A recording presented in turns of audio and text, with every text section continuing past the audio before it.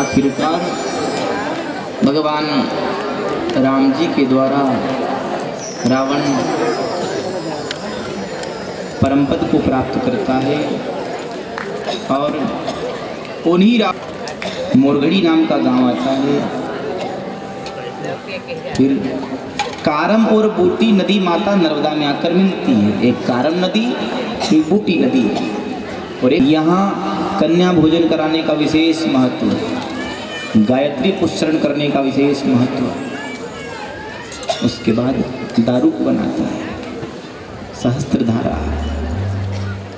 श्यामेश्वर के राजा सहस्त्रबाहु ने स्नान किया। सहस्त्रबाहु ने स्नान किया तो माता नर्मदा सहस्त्र भुजाओं में से होकर आगे बह गई, जो आज भी अलग अलग भुजाओं से बह रही है। अलग अलग पत्थर की पाषाणें हैं, सहस्त्रधारा। उसके बाद महेश्वर आता है। नर्मदा के मध्य में बाणेश्वर महादेव है और महेश्वर में राजराजेश्वर भगवान का मंदिर, जहाँ अखंड 11 दीप घी के जलते हैं।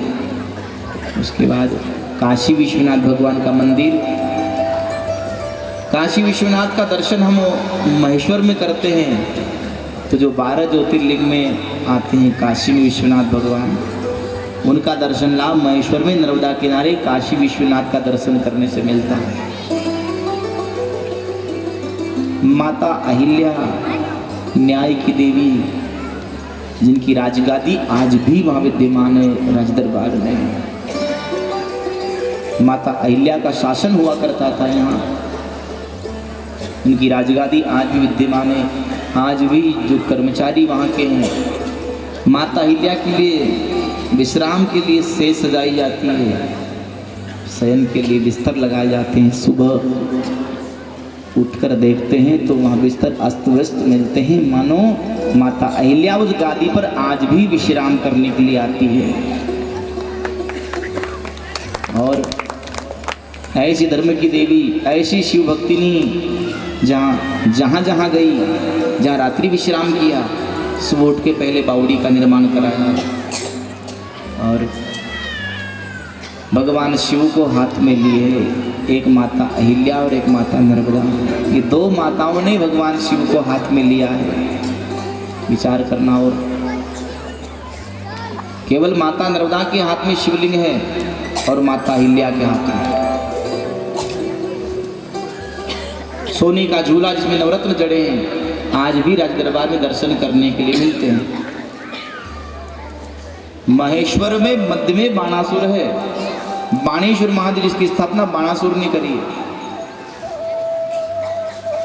बाणासुर भगवान शिव का भक्त था, असुर था। पहले तो भगवान प्रसन्न हो गए तो कहा मैं अमर हो जाऊं। राक्षसों में एक बड़ी विडंबना है कि भगवान कभी प्रसन्न हो जाए तो ये कहते हैं कि हम अमर हो जाएं, हमको तो ऐसा वरदान दे दो, तो सब मर जाएंगे, तुम जी ने नहीं करोगे, तो हम तो भगवान अमर हो जाए। बोले दूसरा वरदान, तो बोले भगवान फिर मुझको 1000 भुजाएं दे दो। तथास्तु, बहुत सारे अस्त्र शस्त्र दे दो, बल दे दो। भगवान ने सब दे दिया, बल दे दिया, अस्त्र शस्त्र दे दिए, 1000 भुजाएं भी दे दी। कई वर्ष बीते, फिर बाणासुर भगवान के पास दोबारा आया। भगवान, मैंने तो आपसे गलत मांग लिया, क्या करूँ 1000 भुजाओं को, अस्त्र शस्त्र को, बल को। बोले तूने तो मांगा। बोले भगवान मैंने युद्ध करने के लिए मांगा था, अभी तक मेरे से कोई योद्धा लड़ने के लिए आया ही नहीं है। हाँ, तो मेरा बल और मेरा अस्त्र शस्त्र क्या काम के? हमारे पास भी कभी सब चीज़ हो, माता बहनों के पास भी सोना चांदी की सब चीज़ हो, साड़ी हो, अन कहीं ब्याह नहीं आए तो धरे धरे रहेंगे, ये कहीं काम का पड़ेगा। अभी सबसे ज़्यादा विडम्बना कोरोना काल के आई तो माताओं ने कोरोना को खूब गालियाँ दी होगी, ये कहीं कब बेच जाएगा, कब रकम पहन के बचाएंगा। इधर बाणासुर के पास भी अस्त्र शस्त्र, ने कहा कि मैं कहाँ लड़ूं, न किसको दिखाऊं अपना पराक्रम, इतना बल है तो क्या काम का, इतना सोना चांदी है तो क्या काम का, इतना बल है तो क्या काम का। तो फिर भगवान के पास गए, भगवान आप तो स्वयं युद्ध करो मेरे से, नहीं तो फिर कोई योद्धा पहुंचा दो। भगवान ने कई बार पागल हो गया क्या? भक्त और भगवान का युद्ध नहीं होता, गुरु शिष्य का युद्ध नहीं होता है ना। गुरु शिष्य का भी युद्ध हुआ था, कहाँ हुआ था? द्वापर युग में, महाभारत में। इंद्र बरसे तिल सूखे, बागड़ खेत को खाए, ये गुरु होके पाप करे तो न्याय कहाँ ले जाए। महाभारत में तो गुरुओं की भी मति बिगड़ गई थी, है? तभी तो उनकी गति बिगड़ी। जो ये गुरु होके झूठ बोले थे।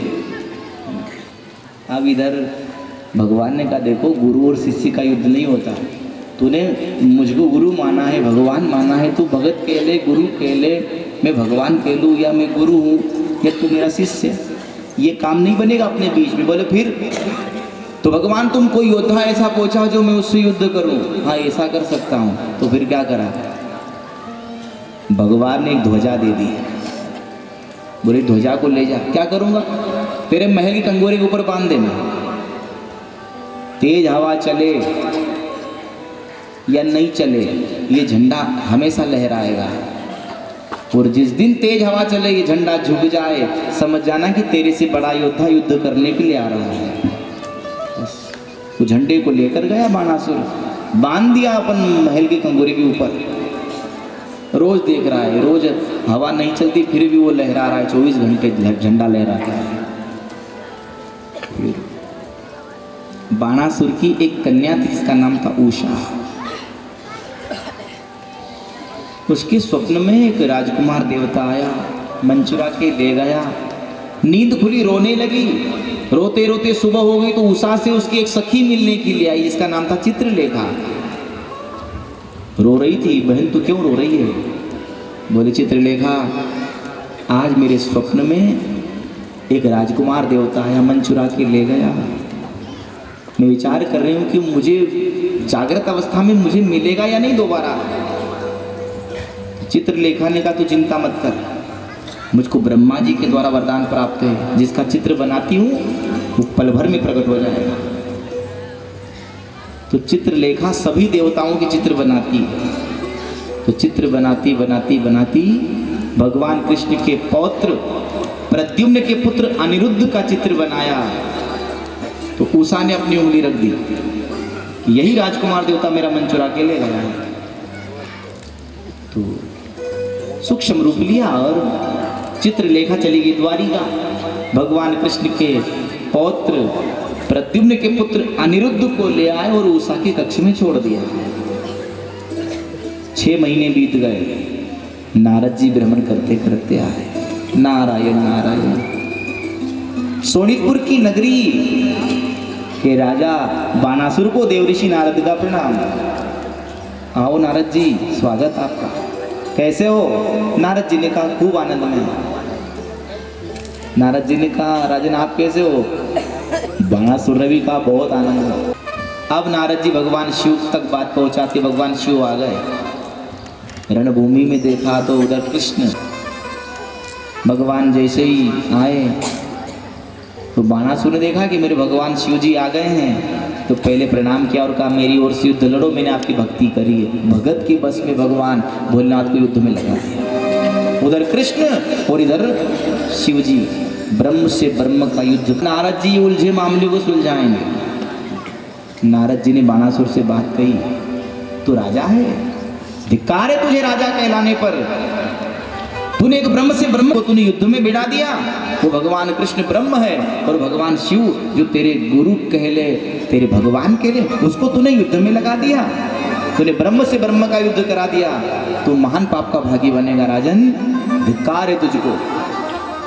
नारद जी की बात सुनी, बाणासुर भगवान शिव के चरणों में लेट गया।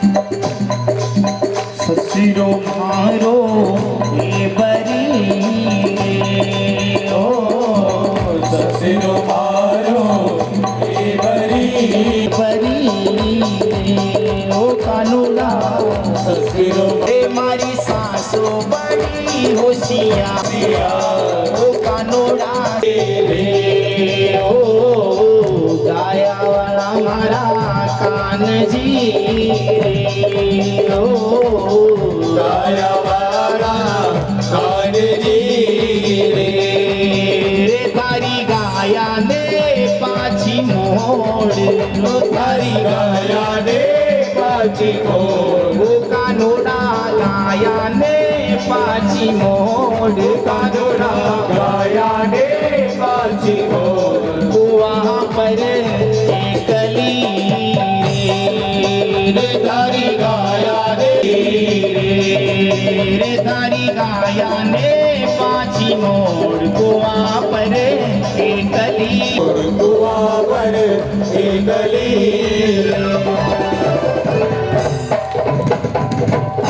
कृष्णचंद्र भगवान की जय, नर्मदा मैया की जय। हमारे बीच में आदरणीय राजनारायण सिंह जी पुरानी पधारे हैं। आपका स्वागत, वंदन, अभिनंदन। साथ ही नरेंद्र जी पटेल डायलाखेड़ी निवासी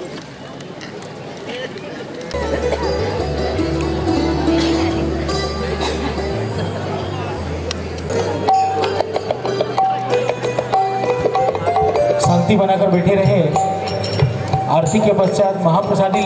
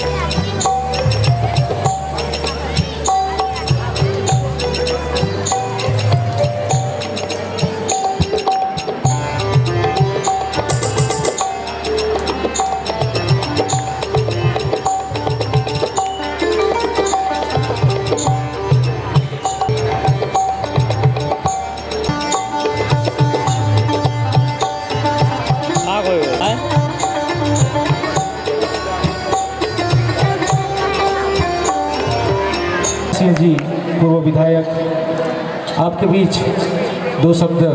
परम आदरणीय कथावाचक साहब हमारे बीच में नरेंद्र भाई भी थे साथ में, और बंटी भाई छापरावाला, और जो आपको भाइयों का ही नाम छे को बजरंग को बड़ो आग्रह हो कि आपका होना पड़ेगा। और इनने एक प्रसंग को याद दिवाड़ियों 13/4/99 को कि 13/4/99 का सिंगा जी का स्थान पर दिग्विजय सिंह को जो हेलीकॉप्टर रुके तो इतना सी बात बताई तो मैंने कहा जरूर आऊँगा।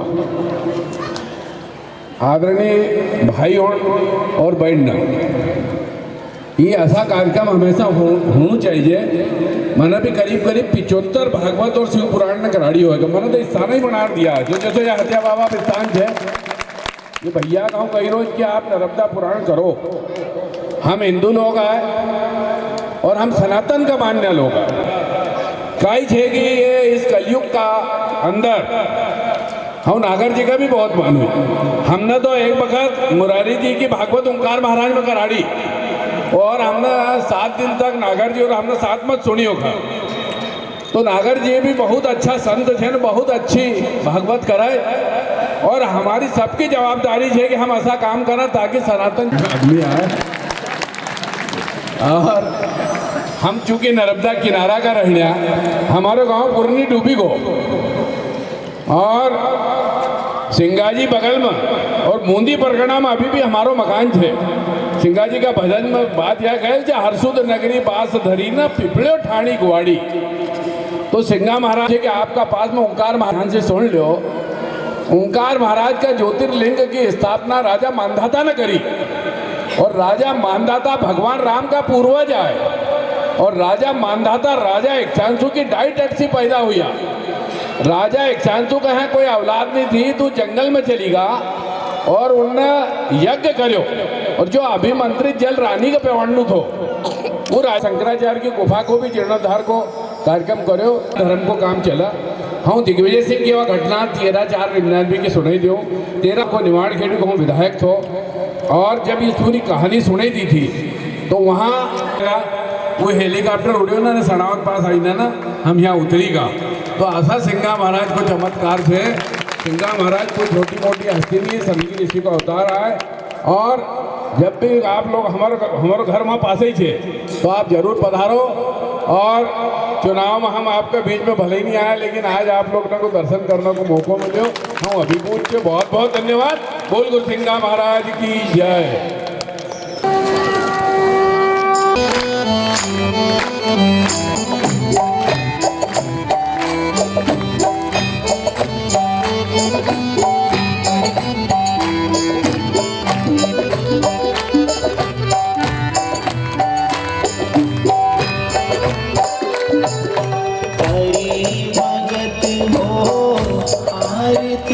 माई कोई बिरिया करे भगत हो आरती माई कोई बिरिया करे भगत हो आरती माई दोई बिरिया करे भगत हो आरती माई कोई बिरिया हो दोई बिरिया हो माई दोई बिरिया कोई बिरिया हो माई कोई बिरिया हो दोई बिरिया हो कोई बिरिया हो माई कोई बिरिया दोई बिरिया करे भगत हो दोई बिरिया करे भगत हो आरती माई कोई बिरिया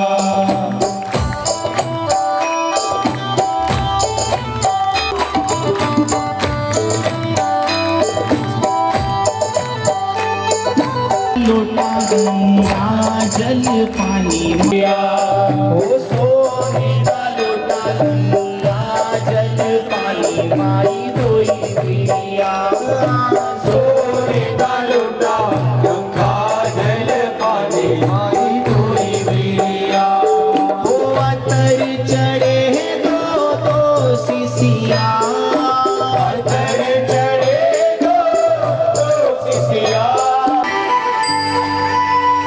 सर्व दुख भंजनी काल भूत वर्मदे नमामि मां जनी पाप ताप संताप का हरण करने वाली सूखी धरती की प्यास बुझाने वाली शक्ति स्वरूपा इष्ट देवी माता नर्मदा के पावन चरणों में वारी संयुतम नितांत दूत काल भूत भीति हारी वर्मदे वदीय पाद पंकजम सभी आए नमामि नर्मदे वदीय पाद पंकजम नमामि देवी नर्मदे नक्र चक्र चक्र वाकुशरूतलम वनत समत स्पातिकारी दारिका पदाचलम जगल्लये महामहे प्रकंड सोनु हरिमदे वदीय पाद पंकजम नमामि जन्मजम भवाप्ति दुख वर्मदे वदीय पाद पंकजम नमामि देवी नर्मदे वदीय पाद पंकजम नमामि देवी नर्मदे अलक्ष लक्ष किन्नराम रासुरादि पूजितं सुलक्ष नीर तीर धीर पक्षि लक्ष पूजितं वसिष्ठ श्रेष्ठ पिप्पलादि कर्दमादि शर्मदे वदीय पाद पंकजम नमामि देवी नर्मदे वदीय पाद पंकजम नमामि देवी नर्मदे रे मां रेवा मां रेवा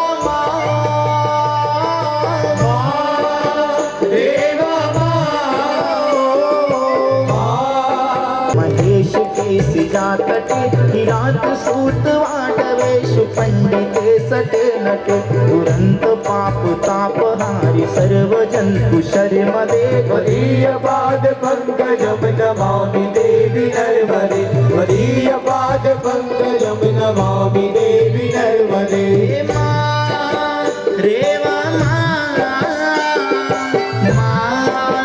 त्रिकुटा दंतो नर्मदाष्टकं त्रिकालमेव ये सदा पठन्ति ते निरन्तरं नयान्ति दुर्गतिं कदा सुलभ्यते दुर्लभं महेशधाम गौरवं पुनर्भवान् रानवे विलोक। फिर हम क्या करेंगे? आटा गीला था तो सूखे आटे का सहारा लिया। हम सभी गीले आटे हैं और सूखा आटा कौन है? समर्थ गुरु महाराज सूखा आटा है। गुरु महाराज सूखे आटे के सहारे लगे तो कहाँ जाए?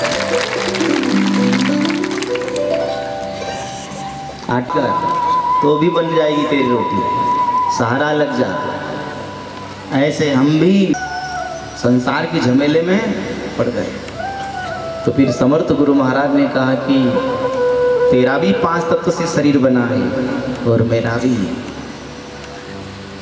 मृत्यु लोक में तू भी है, मैं भी हूँ। मरना तुझे भी पड़ेगा, मुझको भी मरना पड़ेगा। पर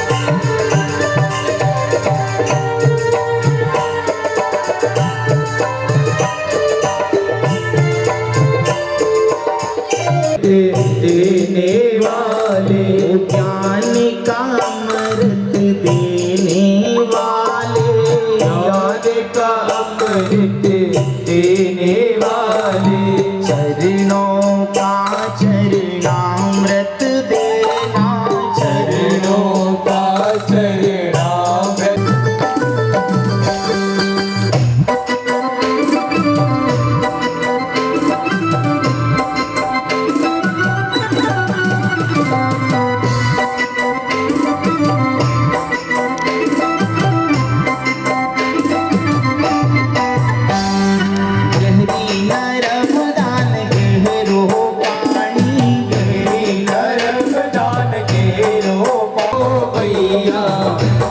लगाव जो देखी न जीव घबराए हो मैया, पार लगाव जो देखी न जीव घबराए हो मैया, पार लगाव जो।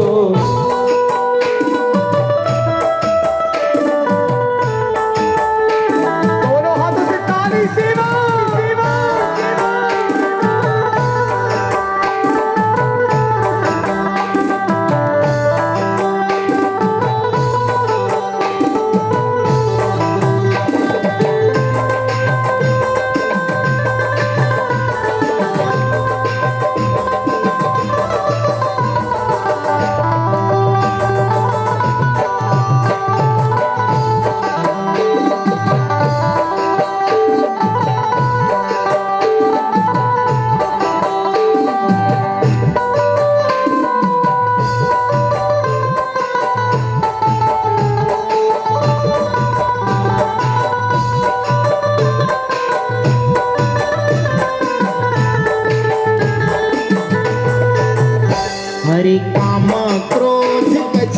मच्छ बसत है काम क्रोध कछ मच्छ बस अरे लगाव जो लोभ को मगर दिखाए हो मैया पार लगाव जो लोभ को मगर दिखाए हो मैया पार लगाव जो लोभ को मगर दिखाए हो मैया पार लगाव जो गहरी नरम दान गहरो पानी तेरी नरम दान गेरो पानी देखी न जीव घबराए हो मैया पार लगाव जो देखी न जीव घबराए हो मैया पार लगाव जो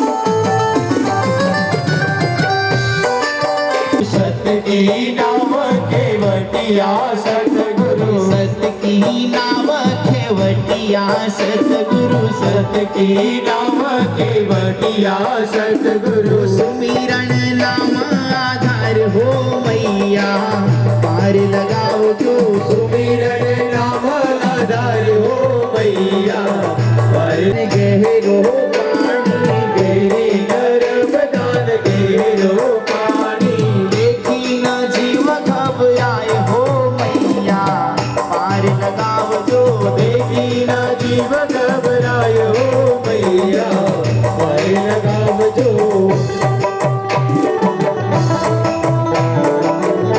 मैया पार लगाओ जो पापी को प्यार मजेदार हो मैया पर लगाव जो पापी को ज्ञान मझधार हो मैया पार लगाव जो पापी डूब्या मजेदार हो मैया पर लगाव जो गहरी नरब दान गहरो पानी गली नरम दान गेरो पानी गहरी नरब दान गहरो पानी गली नरम दान गेरो पानी देखी न जीव घबराए हो मैया पार लगाव जो गिरनी घबराए गंगा आया मंदिर माया की जगह जो देवी माई जगदम्बा जगदम्बा भवानी माय देवी हरी जगदम्बा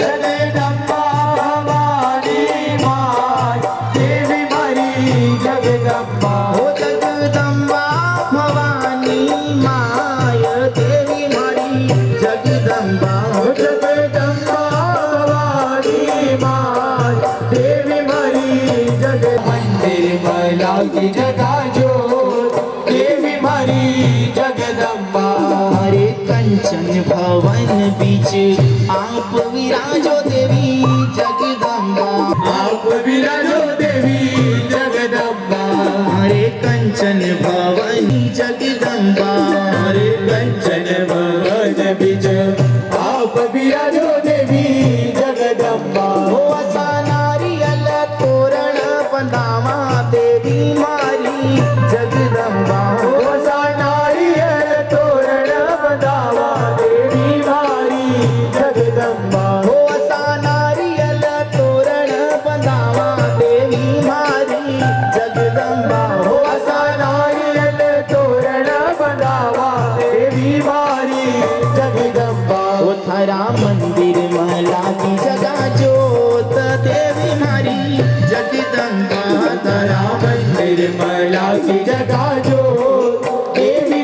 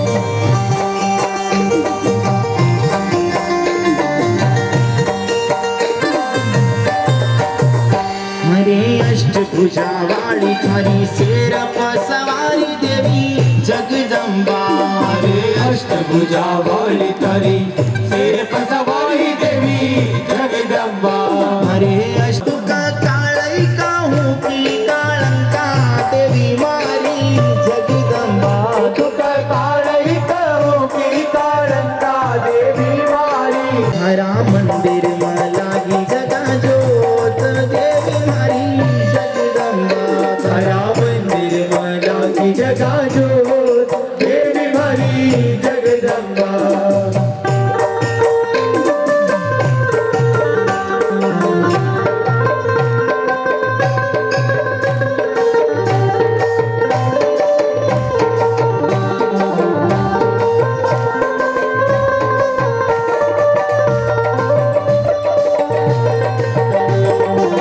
तुक पावनी हो देवी जगदम्बा वो थरा भक्तन का कर जे आनंदा देवी मारी वो थरा भक्तन का कर जे आनंदा देवी मारी जगदम्बा तारा भक्तन का करके आनंदा देवी मारी जगदम्बा हरा मंदिर में लागी जगा जोत देवी मारी जगदम्बा द्रौपदी रोवा बेचारी हर भरी सभा दरम्यान द्रौपदी रोवा बेचारी गाँव पांडु कोल किनारे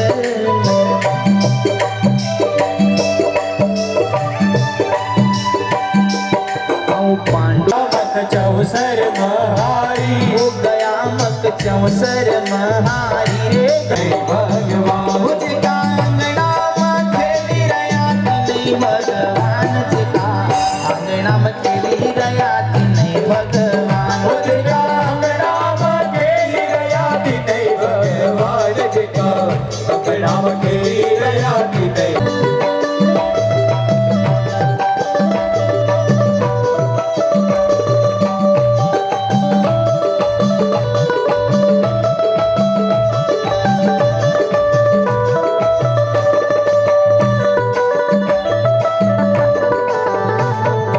हरि ओम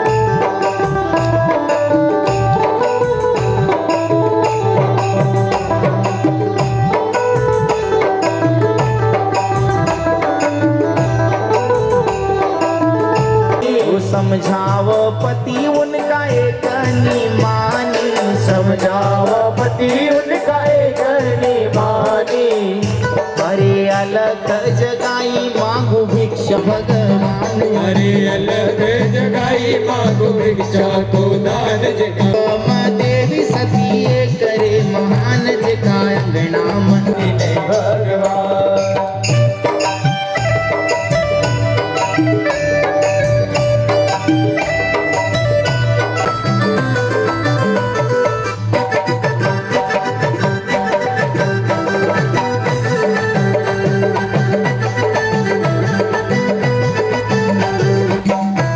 अनुसैया उनका झूलना झुलाव माता अनुसैया उनका झूलना झुलावा माता अनुसैया उनका झूलना झुलाव माता अनुसैया उनका झूलना झुलावा वो थारा भक्त गाव देवी थारो गुणगान दिखा अंगना में खेली रहे ब्रह्मा हरि हरि शंकर देवा शिव हरि शंकर रुद्री पालंती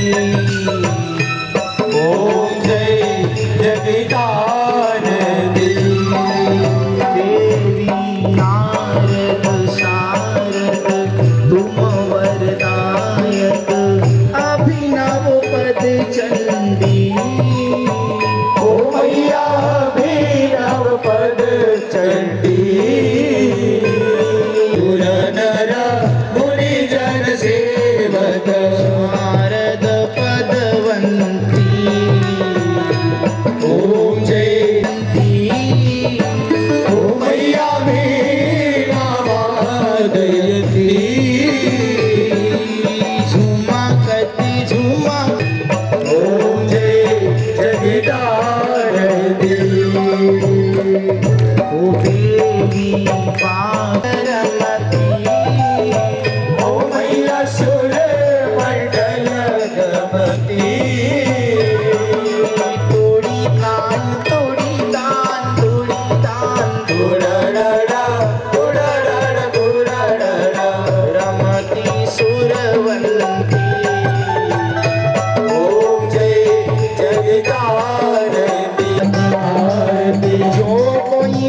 गावे मैया प्रेम सहित गावे कहत शिवानंद स्वामी जगत हर स्वामी मनवांछित फल पावे।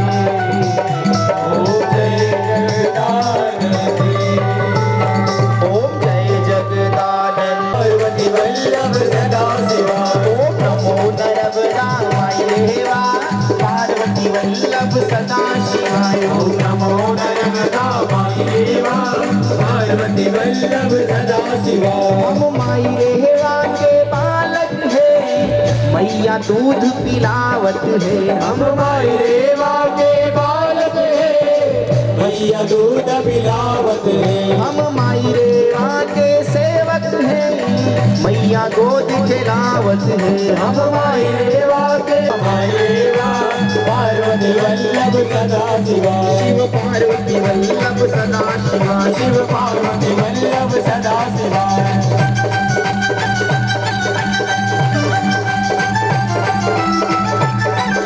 देर करे। नारद जी ने जैसी बात कही कि तुम्हारी बेटी के कक्ष में कोई परपुरुष निवास कर रहा है, 6 महीने हो गए।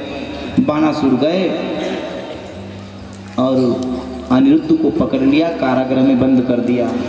नारद जी ने राजा बाणासुर भीतर बैठा था, बाहर आया दौड़ते हुए, क्योंकि भगवान ने कहा था तेज हवा चले झंडा झुक जाए। वहाँ तेज हवा चल रही है, बाहर गया, झंडे की ओर दृष्टि गई तो झंडा तो कहा जाओ तुम नर्मदा तट, जहाँ तुम्हारी इच्छा हो जाए वहाँ जाना, शिवलिंग की स्थापना करना, तुम इस पाप से निवृत्त हो जाओगे। वही बाणासुर माता नर्मदा के मध्य में आते हैं महेश्वर में और शिवलिंग की स्थापना करी। शिवलिंग का नाम है बाणेश्वर महादेव। बोलो बाणेश्वर महादेव की जय। फिर महेश्वर से आगे बढ़ते हैं तो गाधी नदी माता नर्मदा में आकर मिलती, जहाँ मल शमनेश्वर महादेव है। मल कहते पाप को, शमन कहते हैं समाप्त को, जिसकी स्थापना परशुराम जी ने करी। महाराज गाधी की तपस्या से नदी निकली है, गाधी नदी का नाम है। आगे बढ़े तो मंडलेश्वर आता है। मंडलेश्वर महेश्वर एक ही अंग, एक हिस्सा माना गया है। नाम कुछ बरसों पहले ही अलग हुए हैं। पुराने इतिहास में एक ही नाम है, महेश्वर और मंडलेश्वर का एक हिस्सा, एक अंग इतिहास बढ़ा चुका है और अब उसको मंडलेश्वर कहते हैं।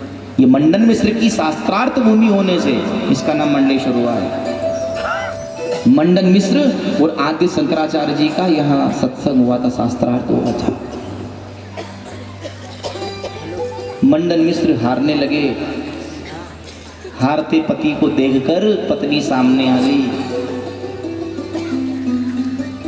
पति के दुख में पत्नी की परीक्षा हो जाती है कि धर्म पारायण है या नहीं। पति की गरीबी में पत्नी यदि साथ देती है तो वो काम की है। मनुष्य के ऊपर आपत्ति आती है तो मित्र, धैर्य, धर्म और नारी चारों की परीक्षा हो जाती है। आपत्ति काल परीक्षोचारी, धीरज, धर्म, मित्र और नारी। हमारे ऊपर संकट है और ये चारों की परीक्षा उस संकट में हो जाती है। आपत्ति काल परीक्षोचारी, धीरज मतलब कितना धैर्य है, धर्म कितना धर्म किया है, मित्र, मित्र है भी बहुत सारे हजारों गिनती के तो कितने काम के हैं, और फिर आखिर में नारी, नारी किस प्रकार से पति का सहयोग करती है। कोई संकट का समय आ जाए, युद्ध हो जाए, लड़ाई हो जाए, गांव गांव में, परिवार परिवार में, पड़ोसी पड़ोसी में, मोहल्ले मोहल्ले में, तो फिर इधर भी आग का पुलायन, सामने वाला भी आ रहा है, फिर क्या होगा, फिर युद्ध होगा। तो संतों ने एक अच्छा वाक्य कहा है कि अगला आवे अगन का पुला तो आप पानी बने रहना। सामने वाला क्रोध होके आवे ना, एक ने ठंडा पड़ जाओ तो काम बन जाए। तो संकट का समय है और हमने वहाँ धैर्य धारण कर लिया यदि, तो हमारे धीरज, धैर्य की परीक्षा हो गई। धीरज ये दूसरा है धर्म। हम कभी जाते हैं, कई मार्ग तय करें, मंदिर में जाएं, गांव जाएं, सड़क से रास्ता पार करें, तो कभी कभी एक्सीडेंट होते होते बच जाए तो क्या कहते हैं, अरे महाराज जी बाल बाल बचेगा नहीं, मरी जाता है। तो मरते मतलब बच गए। तो यहाँ धर्म आया सामने, क्या कहते हैं, धर्मपूर्ण आड़ा आ गया। संकट का समय था पर धर्म काम में आ गया, धीरज धर्म। फिर कहा मित्र, मित्र जीवन में होना जरूरी है, क्योंकि इत्र मित्र और इष्ट होना जरूरी है। इत्र जो बदबू को दबा दे, महा महीने में खूब ठंड पड़े, नहाने का मन नहीं करे, 2-1 दिन हो जाए तुम इत्र लगा लो तो नहायला न दूर बैठा दो। इत्र जो बदबू को दबा दे, मित्र जो संकट में साथ दे, इष्ट जो संकट को काट दे। 3 होना जरूरी है, इष्ट मित्र और इत्र। बड़ी प्रधानता इन सब लोग की। कितने मित्र हैं अपने? 100-400 तो गांव में और समाज में हैं। 5000 मित्र हैं फेसबुक पे। कितने साथ देते हैं? कितने साथ देते हैं? कोई नहीं साथ देता है। कोई नहीं तेरो साथी मनवा, कोई नहीं तेरो साथी, क्यों कर पछाती रे मनवा, कोई नहीं तेरो साथी। खाई ल पी ल दई ल लई ल यही जाए संग साथी, दिन 4 हरि का सुमरन कर ल, वाही की बांधी ल गाठी मनवा, कोई नहीं तेरो साथी। कोई मित्र नहीं, कोई पिता नहीं, कोई पुत्र नहीं, कोई पत्नी नहीं, अंत में साथी ईश्वर का नाम, अपना धर्म, अपना पुण्य। तो मित्र 3 प्रकार के होते हैं। कैसे? एक ताली वाले मित्र, एक थाली वाले मित्र और एक प्याली वाले मित्र। कितने हो गए? 3। ताली वाले मित्र गलत काम करे तो भी हाँ बढ़िया है, तो समझ लेना कि डुबाएंगे अपने को। तो ताली वाले मित्र ऐसी भलती बात पे ताली बजाए तो साथ छोड़ देना कि तू डुबा जाएगा, हमको साथ में ले जाएगा माता जी। ये ताली वाले मित्र हो गए। गलत बात पे भी अपने मित्रों को बढ़ावा दे दे, नहीं चल हम साथ में, ये डुबाएंगे नहीं। ये ताली वाले मित्र हो गए। और दूसरे थाली वाले मित्र, इनको खाने चाटने की फिक्र रहती खाली, कब बर्थडे आए, कब एनिवर्सरी आए, कब पोरिया की सगाई हो पार्टी लेवा, कब गाड़ी ले तो पार्टी लेवा। पूरे क्षेत्र की होटलों के नाम मालूम है, कहाँ अच्छा मिले वो भी मालूम है, वो चाटने में टेम जाएगा। ये थाली वाले हो गए। और फिर तीसरे, तुम कहोगे कि महाराज जी काल कही दियो, प्याली वाले में नील से तो कोसों दूर रहना। कैसा पास्ता इनका मुंडा, पत्नी भी बात करी तो पल्लाड़ा लेती है। अब क्या करें, बाप दादा ने पल्ला बांध दिए, कहे कि नाली गटर के पास खड़ो रहो, नहीं उतनी बदबू उनके पास नहीं आती जितनी इनके पास खड़े रहो तो आप। पत्नी भी कहती कि बलतुल कर भाई, आप क्या करें, बाप दादा ने पल्ला बांध दी है तो जाए कहाँ, पर पड़े रहो नाली की गटर के पास, बात करे तो पल्ला उड़ा लेती है। क्या करें, ये प्याली वाले मित्र हो गए। धीरज, धर्म, मित्र और चौथा है नारी। पति के संकट के समय में नारी साथ देना चाहिए। नारी ने, पतिदेव मंडन मिश्र हारने लगे। शंकराचार्य जी ने प्रश्न पूछे तो पत्नी सामने आ गई, शंकराचार्य जी अभी मैं बाकी हूँ, अर्धांगिनी आधा अंग हूँ पति का, मेरे से प्रश्न करो। शंकराचार्य जी प्रश्न करते हैं, मंडन मिश्र की पत्नी भारती देवी ने सब प्रश्नों के उत्तर दिए। और अब बारी आई भारती देवी की प्रश्न पूछने की। तो भारती देवी ने प्रश्न पूछे, 56 प्रकार के काम शास्त्र के प्रश्न पूछे, तो एक भी प्रश्न का जवाब शंकराचार्य जी नहीं दे पाए। 56 प्रश्न पूछे, इसलिए 56 देव भगवान का मंदिर विद्यमान है कसरावद रोड पे। और मंडन मिश्र की शास्त्रार्थ भूमि होने से इसका नाम हुआ है मंडलेश्वर। ये तो महेश्वर और मंडलेश्वर एक अंग एक हिस्सा। पास में गुप्तेश्वर महादेव है, फिर नानी नदी का संगम, फिर मालन नदी का संगम, पथराड़ गांव, चिराखंड गांव, बहगांव, गोमती नदी का संगम, पिटामली जहाँ पिपलेश्वर महादेव है, जिसकी स्थापना पिपलाद ऋषि ने करी है। पिपलाद ऋषि की जन्मभूमि है नर्मदा किनारा। इनका जन्म कुछ नियम के विरुद्ध हुआ है। याज्ञवल्क्य ऋषि थे जो मिथिला के निवासी थे। एक बहन थी, विवाह करके आ गए, वैराग्य धारण कर लिया स्वयं ने। उस बहन का भी दुर्भाग्य, 3 महीने बाद पति की मृत्यु हो गई, विधवा हो गई, भिक्षा मांगती, पेट भरती। योग की गति की बरस बीत गए और भिक्षा मांगते मांगते भाई की कुटिया पे आ गए, भिक्षाम देही। याज्ञवल्क्य ऋषि बाहर निकले तो बहन को देखा, मंत्रवित हो गया, बहन तेरी ऐसी दशा, क्या करूं भैया, विवाह के 3 महीने बाद ही पति की मौत हो गई। दुखी हो गए भैया, बहन अब मत जाना, अब यही माते नर्मदा के किनारे रहेंगे और जो मिलेगा वो भोजन प्राप्त करेंगे, चिंता मत करना। दोनों भाई बहन कुटिया में निवास करने लगे। समय बीतता गया। एक दिन याज्ञवल्क्य ऋषि को स्वप्न दोष हुआ, बुरा स्वप्न आया, वस्त्र दूषित हुआ, दूषित वस्त्र को बाहर झाड़ी पे टांग दिया, दूसरा वस्त्र पहन के सो गए। उसी रात्रि के तीसरे पहर में उनकी विधवा बहन रजस्वला अवस्था में हुई। अंतर वस्त्र धारण करने के लिए कोई वस्त्र नहीं मिला, उसी वस्त्र को धारण कर लिया जिस वस्त्र को भाई ने त्यागा था। सुबह हुई, याज्ञवल्क्य ऋषि नर्मदा स्नान करने के लिए जाने लगे। कभी कुटिया के बाहर जाते, कभी भीतर आते।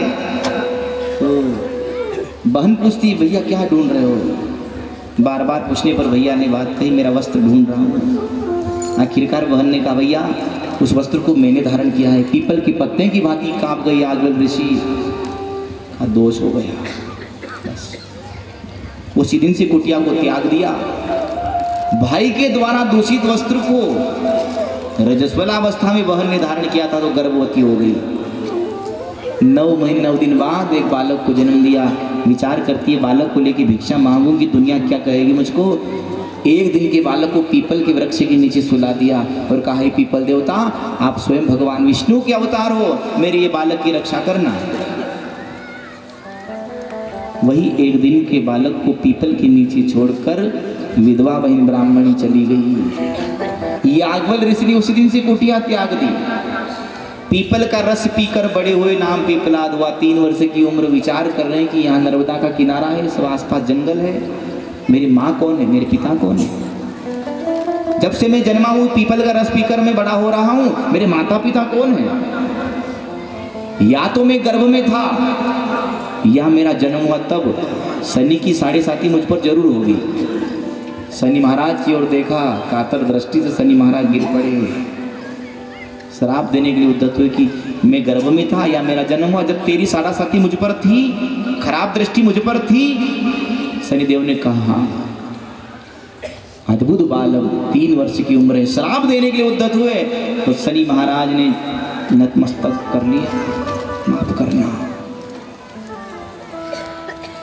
बालक पिपलाद ने कहा, माफ तभी करूंगा तब मुझे वचन दो कि जन्म से लेकर 16 साल के बालक बालिकाओं के ऊपर अपनी खराब दृष्टि, क्रूर दृष्टि 7.5 नहीं रखोगे।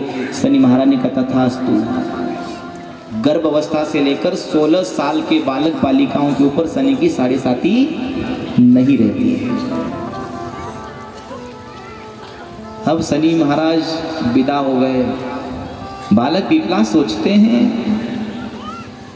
कि चलो शनि की खराब दृष्टि मुझ पर थी, पर मेरे माता पिता कैसे होंगे जिन्होंने मुझको जन्म दिया और ऐसी असहाय अवस्था में जंगल में छोड़ दिया। तो एक हवन किया इन्होंने और उस हवन में अशुद्ध मंत्र बोले, एक कृत्या प्रकट कर ली। वो कृत्या प्रकट होकर हाहाकार करने लगी, बालक पिपलाद मुझको बताओ, क्या समुद्र को पी जाऊं कि पर्वत को मसल दूं? बालक पिपलाद ने कहा, न तो समुद्र को पीना है न पर्वत को मसलना है, मेरे जन्म देने वाले माता पिता का पता लगा ले बस। विधवा बहन ब्राह्मणी की तो मौत हो गई, क्योंकि माँ थी आखिरकार। माँ का हृदय कोमल आता है, बालक को छोड़ के गई, चिंता लगी कि मेरा बालक किस अवस्था में होगा, मौत हो गई उसकी तो बाद में। पर याज्ञवल्क ऋषि ने उसी दिन से कुटिया को त्याग दिया था जिस दिन बहन ने उस वस्त्र को धारण किया था। कहाँ चले गए थे? हिमालय। कृत्या को बालक पिपलाद ने कहा, मेरे जन्म देने वाले माता पिता का पता लगा करा। तो माँ की तो मौत हो गई थी, पिता का पता लगाने के लिए कृत्या चली तो सीधी कैलाश पर्वत पर, जहाँ याज्ञवल्क ऋषि भजन कर रहे हैं। याज्ञवल्क ऋषि ने देखा कि कृत्या आई है और बालक पिपलाद ने इसको प्रकट करके मेरे पीछे भेजा है। वही याज्ञवल्क ऋषि उठे, आगे आगे भागे, पीछे पीछे कृत्या आती है। सूक्ष्म रूप लिया और भगवान शिव की अनामिका उंगली की नाखून में जाके बैठ गए। वो ब्राह्मण थे, सूक्ष्म रूप लिया और अनामिका उंगली की नाखून में जाके बैठ गए। इसलिए नाखूनों को दांतों से काटने में दोष माना गया है, ब्रह्म हत्या का पाप माना गया है, जो नाखून को दांतों से काटता है। नहाने से पहले नाखून काट लेना चाहिए, और नहा लिए और फिर काटे तो फिर तुमको दोष लगा है, फिर नहाओ बाद में। शनिवार मंगलवार नाखून काटने से लक्ष्मी की हानि होती है, इसलिए रविवार शुक्रवार बुधवार नाखून काटनी चाहिए नहाने से पहले। और बालक पिपलाद ने कृत्या को भेजा था, चली गई कृत्या, सूक्ष्म रूप लिया, अनामिका उंगली की नाखून में जाकर बैठ गई, दाहिने हाथ की अनामिका उंगली में। तो इसी से हम पूजन भी करते हैं। और अब कृत्या को भगवान ने कहा कि ब्राह्मण बालक को मार के क्या मिलेगा, तू यदि चाहे तो मेरे दर्शन हो गए, मैं तुझको मुक्ति दे दूंगा। कृत्या ने कहा, भगवान के दर्शन हो गए, मुक्ति प्राप्त कर लूँ। तो कृत्या को मुक्ति मिली और बालक पिपलाद को भक्ति मिली, और बालक पिपलाद ने यहाँ जन्म लिया। भक्ति करते करते माता नर्मदा की भी परिक्रमा करी, और गुजरात क्षेत्र में राजपीपला है जहाँ सरदार सरोवर बांध बनाए, वहाँ तपस्या करी। ये जन्मभूमि है पिपलाद की, इसको पिटामली गांव कहा है। और पिपलाद ऋषि ने शिवलिंग की स्थापना करी, नाम है पिपलेश्वर महादेव। पिपलेश्वर महादेव की जय, नर्मदा मैया की जय। नर्मदा अष्टक में भी पिपलाद ऋषि का नाम आता है। वशिष्ठ शिष्ट पिपलाद कर्दम आदि शर्मदे त्वदीय पाद पंकजम नमामि देवी नर्मदे। उसके बाद में सिटोका गांव, भामपुरा गांव, जहाँ शिवलिंग चट्टानों के ऊपर छोटे छोटे शिवलिंग है, चोपड़ा घाट। फिर खोलार नदी नर्मदा में आकर मिलती है, जहाँ भस्मी पत्थर है सामने। फिर अर्धनारेश्वर भगवान जिसका नाम है, अब उसको कहते धारेश्वर, लेकिन वास्तविक नाम है उसका दारुकेश्वर महादेव। भगवान कृष्ण के सारथी दारुक ने यहाँ तपस्या करी। भगवान शिव और माता पार्वती दोनों आ गए। कृष्ण का सारथी सोचता है दारुक कि मैं माता पार्वती को प्रणाम करूँ तो शिव जी को बुरा लग जाएगा, और शिव जी को प्रणाम करूँ तो माता पार्वती को बुरा लग जाएगा, क्या करूँ। भगवान कृष्ण के सारथी दारुक ने एक पाँव भोलेनाथ का पकड़ लिया, दूजा पाँव माता पार्वती का पकड़ लिया। एक पाँव माँ पार्वती का, एक पाँव भगवान भोलेनाथ का। तो वहाँ शिवलिंग प्रकट हुआ जिसको कहते हैं अर्धनारेश्वर भगवान। बोला अर्धनारेश्वर भगवान की जय। और दारुक की तपोभूमि होने से उसको कहा है दारुकेश्वर महादेव। अब उसको धारेश्वर धारेश्वर कहते हैं।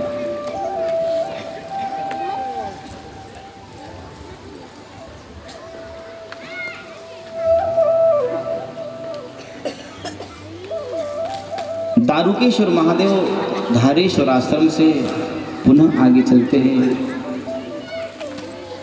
तो खेगांव आता है, गंगात खेड़ी, सेमरला मुराला, जहाँ नर्मदा किनारे छोटे छोटे शिवलिंग और बड़े बड़े शिवलिंग जिनके ऊपर महात्मा जी ने जो पूजन किया था उनके चिन्ह आज भी पत्थरों पर मिलते हैं। माता नर्मदा प्रत्येक पाषाण का पूजन करती है जो चट्टानों के ऊपर चिन्हित रूप में मिलते हैं। उसके बाद में यहाँ समुद्र का पानी प्रकट हुआ, इसको खारवा कहते हैं, खारा पानी है, यहाँ समुद्र आया है।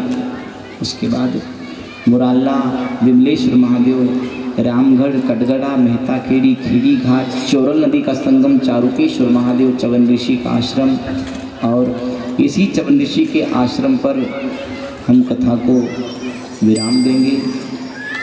कल कथा यहाँ से आगे बढ़कर अमरकंटक तक जाएगी।